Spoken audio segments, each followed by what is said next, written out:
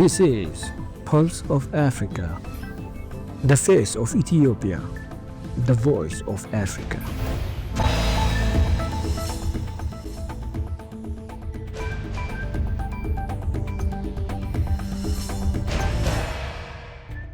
Hello viewers, you're watching Pulse of Africa. I am Samia Mohammed for the main news. First, our top stories for today.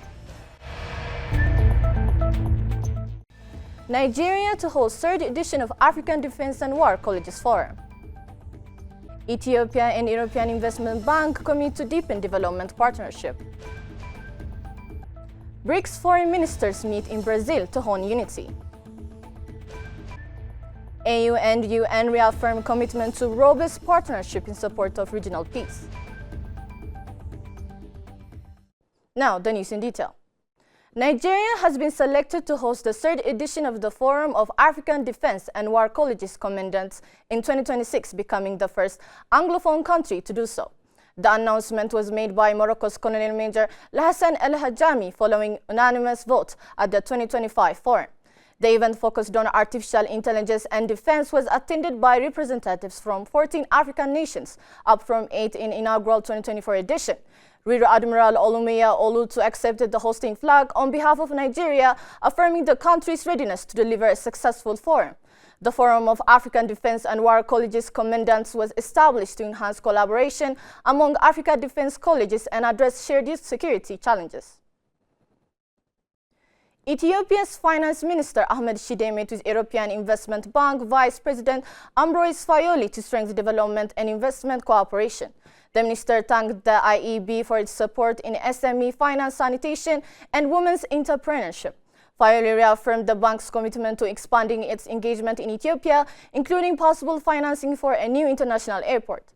Both sides agreed to explore further cooperation during an upcoming EIB visit to Ethiopia. BRICS foreign minister met in Rio de Janeiro, welcomed by Brazil's foreign minister Mauro Vieira to discuss global crisis and tensions with the U.S. Vieira emphasized BRICS' role in promoting peace and reforming international institutions like the UN Security Council. The ministers addressed conflicts in Africa and humanitarian crisis in Ukraine, Haiti, and Gaza, condemning Israel's renewed bombings and aid blockades. The meeting will continue until Tuesday. The African Union Commission Chairperson Mohamed Ali Yusuf met with the UN Special Envoy for the Great Lakes region, Hoang Jai, to discuss mediation efforts in Eastern DRC and the border region. They emphasized the need for coordinated and coherent regional and international peace initiatives. Both sides reaffirmed their commitment to a strong AU-UN partnership to support peace, stability, and development in the region. The meeting highlights ongoing efforts to address regional challenges and promote lasting peace. In other news, the United Nations has stated that violence is now a defining characteristic of the modern era, with over 120 ongoing conflicts driving the global refugee crisis. Filippo Grandi, the UN High Commissioner for Refugees, highlighted the dire situations in Sudan and Ukraine, where nearly 7 million people have fled. Grandi emphasized that refugees will only return when they feel safe and secure. He also criticized global politics, noting that prioritizing national interest and defense spending should not come at the expense of aid, which is crucial for addressing the crisis. Diplomats from 8 African countries have urged the UK to back a bill that would protect poor nations from legal action by private lenders during debt restructuring talks. Many developing countries hit hard by global crises like COVID-19 and rising interest rates are struggling to repay loans and must negotiate relief with both public and private creditors. The UK bill introduced by MP Bambos Charalambos seeks to prevent private creditors from demanding higher repayments or suing debtor nations during negotiations. Supporters argue it's crucial because most of this debt is governed by English law and transacted in London. However, the UK government isn't pursuing legislation for now, citing recent evidence of private creditor cooperation in cases like Zambia and Ghana. Of resurgent Ethiopia and burgeoning Africa is here, only on the Pulse of Africa channel, all the time. Pulse of Africa, the face of Ethiopia, the voice of Africa.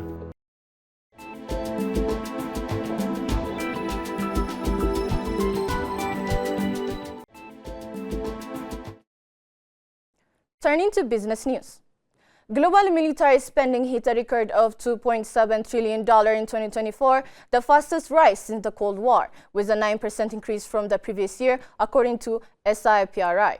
Europe led the surge driven by the war in Ukraine, with Russia spending up 38% and Germany spending $88 billion. The US remained the top spender at nearly $1 trillion, making up 37% of global military expenditure. NATO countries together spent $1.5 trillion. Notably, Israel's military budget jumped 65% to $45 billion amid its war on Gaza. Finally, the African Ship Owners Association has praised the plan to disperse Nigeria's $700 million cabotage vessels finance fund through banks at a single-digit interest rate, calling it a transparent and effective strategy. ASA President Captain Ladi Oluboanle said involving banks would encourage the creation of maritime-specific desks and address long-standing challenges in financing ship acquisition. He emphasized that the investment could significantly boost Nigerian ship ownership, reduce foreign dominance and coastal trade, and support seafarer training. However, Oluwale stressed that successful implementation requires through preparation, execution, and stakeholder engagement by NIMASA. He also noted ASA's readiness, highlighting its members' compliance with international maritime standards and operations across African routes. Before concluding, let us provide you with the latest updates on global commodities prices.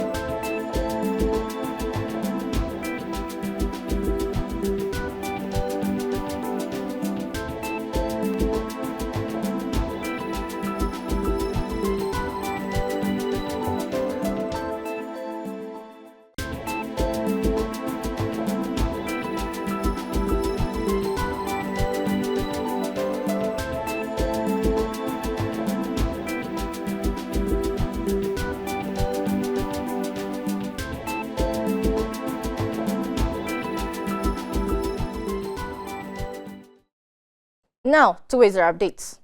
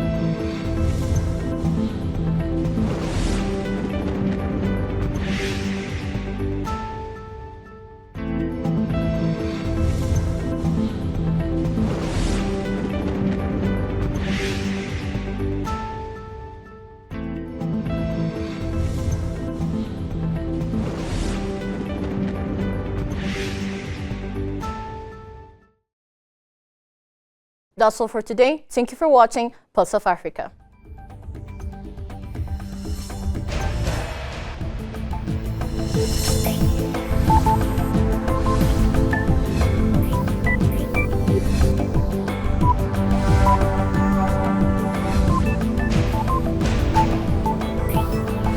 This is Pulse of Africa, the face of Ethiopia, the voice of Africa.